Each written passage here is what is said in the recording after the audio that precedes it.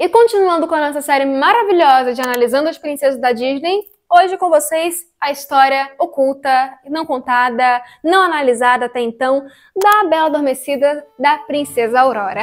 Se você não me conhece, muito prazer, meu nome é Carol, esse aqui é o nosso Astelado, seja muito bem-vindo a mais um vídeo aqui no canal. E se você não conhece essa série, é uma série onde eu basicamente faço os paralelos com a Bíblia, com essas histórias que a Disney faz e outras histórias que existem por aí. Se você não sabe por que disso, acesse a playlist depois de acabar esse vídeo, porque você vai entender um geralzão do porquê que eu gravo esses vídeos e porquê que eu amava tanto assistir filme e hoje eu já não assisto filme nenhum. E diferente do que eu fiz no vídeo da Cinderela e da Branca de Neve, eu não vou fazer um resumão agora no começo do vídeo, porque eu acabo fazendo resumo e acabo tendo que recontar certas coisas para buscar os paralelos. Então eu vou contando mais ou menos a história e já vou botando ali os paralelos ali no meio da contação da história. E agora que você já se inscreveu no canal, eu tenho certeza que você já se inscreveu no canal, vamos pro início dessa história, onde já de cara temos um paralelo bem engraçado aqui no começo, porque basicamente a história da Bela Adormecida começa com a princesinha nascendo nesse reino, que até então estava tudo ok, estava tudo de boa, e todas as pessoas do reino, todas as criaturas mágicas foram convidadas para a apresentação desse bebê. E durante essa apresentação, 3 fadas madrinhas vieram trazer dons, vieram trazer de presente, né, essas virtudes para a princesinha mais nova. Que é muito engraçado, porque quando Jesus nasceu, não foram 3 cientistas, não foram 3 reis magos, porque até então a astronomia e a astrologia não eram separados entre ciência e religião. Então, você era astrônomo ou astrólogo, você era chamado de astrólogo do mesmo jeito. Então, os reis não necessariamente eram reis de coroa, mas eram reis porque tinham dinheiro. Magos, não magos de bruxaria, mas magos de cientistas, quando eles foram visitar Jesus, depois do nascimento dele, eles levaram 3 presentes para ele, ouro, incenso e mirra. E aqui foi esse paralelo em que trouxeram beleza, uma voz bonita e mais alguma outra coisa que deram para a Bela Adormecida. E mais engraçado ainda é que durante a apresentação dessa neném, aparece a Malévola, a bruxa, que nada mais é do que a encarnação de um dragão e amaldiçoa ela porque ela não foi convidada para a apresentação, para essa festa, para esse banquete real. O que é muito engraçado, porque Satanás, o inimigo de Deus, que é o dragão, ele foi expulso do céu e quando Jesus nasceu, recebeu os presentes, inclusive, ele tentou matar Jesus, ele tentou acabar com a vida daquele bebezinho. Então, primeiro tentou fazer com que o rei realmente, né, que o imperador convencesse os magos a dar a localização para ele ir lá e matar o bebezinho. Depois tentou fazer com que todas as crianças, todos os meninos no caso, abaixo de 2 anos de idade, fossem condenados à morte na tentativa de acabar com a vida do Messias. Então aí já é um paralelo um pouco mais na cara também. E aí com isso a gente olha que Aurora, né, o nome da princesa, significa aquela primeira luzinha do dia, aquele pequeno raiar da manhã, aqueles primeiros raios de sol.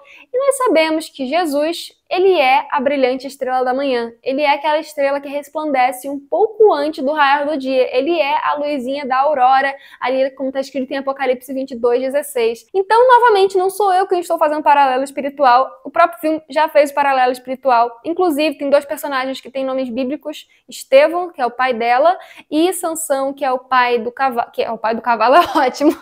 Que é o cavalo do príncipe. Então, assim, realmente, existem outras pessoas chamadas Estevão. Existem até outras pessoas chamadas Filipe, né, que seria o Filipe, também teve lá o Filipe na Bíblia. Mas é difícil encontrar gente chamada Sansão. Sansão realmente é muito focado na Bíblia, né? Tipo, quando a gente fala de Sansão, a gente lembra da história de Sansão. E de Estevão também a gente lembra do mártir Estevão. Então, assim, da mesma maneira como eles colocaram Lúcifer no nome do gato da Cinderela, né, da madrasta da Cinderela, estão colocando esses nomes bíblicos no meio de histórias que não deveriam, entre aspas, ter nenhum paralelo espiritual. Mas tem.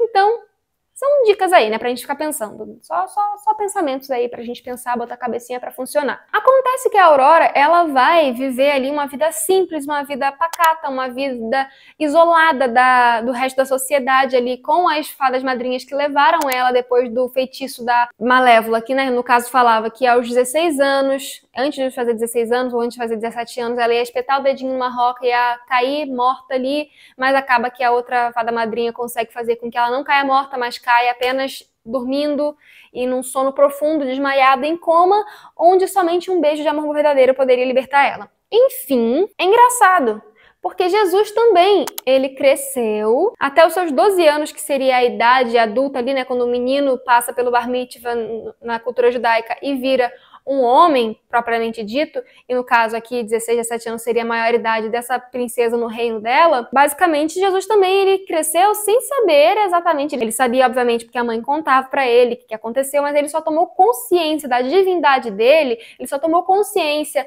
do que ele veio fazer aqui na Terra, da missão dele aos 12 anos, na maioridade. E da mesma maneira, a Aurora só soube que ela era filha do rei, que ela estava ali guardada por um motivo específico naquela floresta, retirada do mundo, quando ela foi ficar ali mocinha, né, maior de idade, vamos dizer assim, não uma maior de idade de adulto, porque Jesus também ele só chegou à maioridade aos 30 anos, mas naquela divisão entre infância e vida adulta e responsabilidade, na divisão entre irresponsabilidades e responsabilidades das coisas que eles deveriam fazer. Jesus também ele morou em Nazaré, que era um local mais afastado do que Belém, por exemplo, do que Jerusalém, que era mais movucada, era uma capital ali, vamos dizer assim. Aí um paralelo, que não é tão paralelo assim, que eu só achei uma referência bem esculachada que eles fizeram, é que a Malévola, ela manda um corvo ir procurar a Aurora, né, descobrir onde ela tá, porque ia dar o prazo da picada lá no dedo ser cumprido, e ela, se passasse do prazo, ela não ia conseguir mais realizar o seu plano maligno de matar a Aurora, ou de deixar ela dormindo pra sempre. E é engraçado, porque na Arca de Noé também, Noé lançou um corvo pra ver se tinha terra firme por ali, né? Pra ver se já tinha alguma coisa nascendo, alguma terra aparecendo, para que eles pudessem sair da arca. Esse não é um paralelo que eu achei tão importante na história, mas eu achei que foi uma reverência e uma cópia muito descarada, muito deslavada. E passando o ponto aqui, a Bela Adormecida, que ainda não tinha caído em adormecimento, tá ali passeando na véspera do seu aniversário, dos 16 ou 17 anos, não lembro direito, e tá cantando pela floresta novamente, conversando com os animais, ou seja, todas as princesas da Disney são malucas, porque elas conversam com animais, é diferente da gente falar, oi, cachorrinho bonitinho. Ela conversa mesmo, ela interage como se eles fossem seres inteligentes, como nós. Então, assim, ela é meio pirada da cabeça também, assim como todas as outras princesas da Disney que tem uma conversa ali, um diálogo aberto com os animais. Ou então, se elas não são malucas, elas têm algum pacto esquisito mesmo. E aí, ela tá ali cantando, falando do sonho que ela teve com um príncipe, e acaba que esse príncipe realmente chega e começa a dançar e cantar com ela, e eles se apaixonam maravilhosamente ali, e nesse único encontro ela sabe que ele é o amor da vida dela, e ele sabe que ela é o amor da vida dele, e aí ela tem que ir embora, tem que ir pra casa, deixa ele lá, e ele fica ali com um olhar de apaixonado, e ela vai contar para as tias dela, que na verdade eram as fadas madrinhas, que ela tinha encontrado um príncipe que estava apaixonado, e as fadas madrinhas falam, não faz isso, sua doida, você não pode se encontrar com ele novamente, porque tu é a princesa. E elas vão lá e contam pra ela quem ela é de verdade, e naquela noite ela é levada de volta pro castelo pra tomar posse do seu reinado, só que ainda não tinha se passado o final do dia, e a Malévola encontra ela e hipnotiza ela para ela tocar o dedinho lá na roca e cair desmaiada lá, cair quase morta, em coma naquela cama, esperando o príncipe encantado vir salvar. E assim, nada contra o homem em salvar a mulher, é o papel dele mesmo, ele tem que vir salvar a gente mesmo. Da mesma maneira como Jesus desceu do céu e veio nos salvar aqui na Terra, os homens, eles têm um instinto realmente de proteção, de salvar, e tá tudo certo, esse negócio de feminismo de que, homem não tem que salvar a mulher não, mulher que salva todo mundo, vai te catar, eu quero ser salva assim, não quero que trabalhem ter que salvar outras pessoas dos monstros que a Marvel cria, não. Mas tudo bem. Voltando aqui à história, o ponto é que esse príncipe, ele é preso também pela Malévola, pela encarnação do dragão, para que ele não vá acordar ela. Tipo, não perturba o sono dela. Deixa ela dormindo lá, que ela tá cansada, deixa ela dormir lá, e você fica aqui preso nessa masmorra, porque eu não quero que você dê um beijinho nela lá. Beleza. Só que as fadas madrinhas vêm, soltam ele, e aí tem mais um ponto que eu acho assim crucial pra gente entender esses paralelos aqui. Porque ele recebe um escudo da virtude e uma espada da verdade.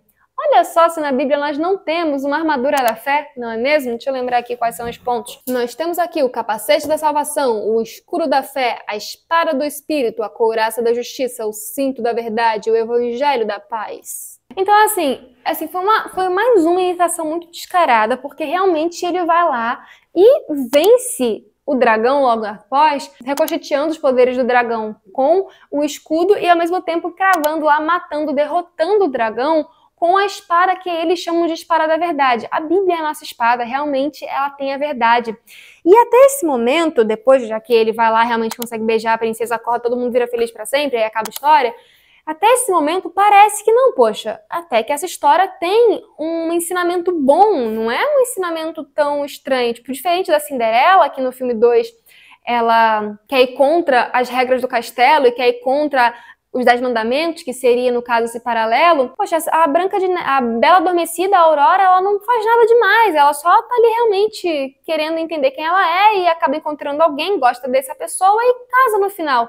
Aparentemente, não há nada de errado. Aparentemente, tem muitos paralelos que realmente são parecidos com a Bíblia, porque o cara vai lá e mata o dragão, ele não é a favor do dragão, igual o filme da Donzela que foi feito. Mas aí, falando em filme da Donzela, a gente lembra que já fizeram o filme da Malévola. Qual que é o feitiço principal dessa história nas nossas cabeças? Qual que é realmente a magia que eles fazem com o coração, com a cabecinha de quem gosta desses filmes? Até mesmo das pessoas que só assistem os clássicos. Porque esse clássico, por exemplo, embora a Bíblia abomine completamente o uso da magia, inclusive da magia boa, que na verdade não é boa, a gente já conversou sobre isso em outros momentos, aparentemente todo o resto desse filme foi completamente perfeito. Só teve o problema da magia ali, se não tivesse a magia, tava tudo certinho. Parecia até mesmo o plano da redenção sendo feito ali. Só que acontece, eles cultivam o carinho por essa história quando ela é uma história um pouco mais simples ou um pouco mais ingênua. E conforme o tempo vai passando, cria uma nostalgia a partir daquilo ali, porque muitas pessoas assistiram isso quando eram crianças e agora são adultas. E aí acaba que essas pessoas apresentam essas histórias clássicas para os seus filhos e acaba que isso também fixa na cabeça das crianças, ou dos adolescentes, ou até mesmo dos adultos agora, que já cresceram. E aí, o que eles fazem? Eles lançam um live action. Eles têm feito isso recorrentemente com vários filmes. E lançando esse live action, o filme realmente com atores e tudo mais, geralmente as histórias são muito mais elaboradas, são muito mais bem pensadas, são muito mais profundas, são muito mais... Eles cavam muito mais aquela história, eles exploram muito mais aquela história. Então, se você vê primeiro um filme da Cinderela, por exemplo, quando você for ver o desenho, ele vai ser muito bobo, vai ser muito fraquinho. Ele vai ter aquela coisa de nostalgia, porque foi uma coisa que você viu quando era criança, mas o filme ele tem uma história muito mais profunda. Eles trabalham muito melhor aquela história, eles envolvem você de uma forma muito mais profunda com aquela história. E foi isso que eles fizeram com A Bela Adormecida, porque, se eu não me engano, foi em 2014 que lançou o filme Malévola. Então, eu não assisti muito a Bela Adormecida quando eu era criança. Na verdade, eu fui ver filme de princesa quando eu já era, assim, pré-adolescente pra adolescente, porque minha família não deixava eu assistir quando eu era pequena, justo, mas no momento que deixou eu ver que uma pessoa colocou pra eu ver lá, A Bela e a Fera, e ninguém reclamou de eu ter visto, eu comecei a querer assistir cada vez mais, cada vez mais, cada vez mais, e aí um dia eu assisti, sim, A Bela Adormecida, mas eu nem gostei tanto, porque a história pra mim era muito simplinha, era muito bobinha, assim, tipo, não sei, eu não achei profunda aquela história, não curti tanto. Mas a questão é, quando a pessoa assiste aquilo quando é criança, quando assiste o filme live action, pega de volta aquele carinho que ela tinha com aquela história de quando ela era criança, pega toda aquela nostalgia, reúne toda aquela nostalgia e vai assistir de novo. Afinal, poxa, são os meus personagens que eu gostava quando eu era criança. Só que eu fui assistir o resumo do filme da Malévola, porque, como eu falei de novo, não assisto filme de maneira alguma, nem pra analisar. Você não precisa ver o filme pra analisar, basta você ver o resumo de alguém que viu que você já vai conseguir analisar todos os pontos. No filme, como ela é o personagem principal, ela é colocada como uma mocinha, como uma coitadinha no começo do filme. Então, a Malévola, que até então só tinha realmente o lado ruim na história, era apenas a vilã, ela começa a ter uma outra face sendo pintada. Então, agora, ela era uma líder jovem do Reino Mágico, estava apaixonado pelo Estevão, que era o pai da Aurora, e que esse príncipe, que agora era o rei e pai da Aurora, brincou com o coração dela, traiu ela, arrancou as suas asas, e ela começa a ser colocada num local de vítima. Então toda aquela maldade que ela faz com a menininha é justificada porque ela estava se vingando do pai, mas ao mesmo tempo, quando ela olha para a menininha, ela se apaixona pela menininha e ela começa a ter um amor por aquela princesa, e então ela vai e visita a Aurora na cabaninha das fadas e acaba que ela cria um laço ali afetivo com aquela criança e tenta reverter a própria maldição que ela fez lá atrás. Ela tenta não fazer com que a menina caia no sono ali. Inclusive, ela vai lá e busca o príncipe pra fazer o príncipe acordar ela, mas o príncipe não consegue acordar ela. Tipo, o beijo do príncipe não é mais o beijo do amor verdadeiro. Agora, o beijo dela é o amor verdadeiro, é um amor de mãe e filha, sendo que ela nem é a mãe da menina. Ela é a que enfeitiçou a menina. Ela seria, no máximo, uma ex-madrasta, porque ela teve um relacionamento com o pai dela antes dela nascer, sabe? Tipo, antes dele se casar com a outra. E aí a rainha começa a ser a malvada, porque ela começa a manipular ali e quer matar a Malévola e tudo mais, e os pais do príncipe também. Então assim, começa a fazer uma confusão com que faz com que cada vez essa vilã ganhe um papel de mocinha. Na verdade, ela que amava a Aurora, na verdade, ela que queria salvar a Aurora, no real, ela é que salvou a Aurora. Então começa a ter um papel distorcido de que o dragão, na verdade, é o símbolo do amor. E a gente sabe muito bem que o dragão na Bíblia é o inimigo de Deus e que ele não tem nada de amor. O máximo que ele faz é se disfarçar de anjo de luz para te enfeitiçar e fazer como esses filmes fazem, te enredar para alguma história e depois vai lá e puxa o teu tapete e cobra bem caro o preço por alguma coisa que ele te deu. E isso é uma coisa que os filmes têm feito muito, porque toda hora lançam um live action com essas histórias mais profundas, cada hora lança uma remasterização, um reboot dos filmes antigos, onde coloca cada vez mais ideias erradas, ideologias erradas, coisas que vão contra Deus nas histórias que antes tinham um lugar especial no coração de muitas crianças cristãs, inclusive. Então não é saudável assistir os clássicos, porque já tem a magia ali embutida, e até se ela tivesse uma ideia, né, uma coisa de fundo moral boa, na verdade ela tá ali misturada com o vinho de Babilônia e é uma bagunça, não vale a pena assistir. E outra, eu falo por experiência própria, quando a gente assiste aquele que não tem nada demais, tem a magiazinha ali, mas no resto tem um panorama bom, você cria vontade de assistir o outro, e o outro, e o outro, e o outro, e o outro, e o outro, e outro, e outro, e outro. E aí você fica naquela história de que um abismo chama outro abismo, um abismo chama outro abismo, um abismo chama outro abismo. Então, eu comecei assistindo a história da Bela e a Fera, depois eu tava vendo todos os filmes das princesas, tava vendo os live actions, eu não via Malévola, porque eu ainda tinha temor no coração. E o fato de ser a personagem principal, o personagem pior, me fez até ter curiosidade, mas eu não assisti. Ainda bem por isso. Eu fiquei curiosa, mas consegui vencer a tentação e não assisti.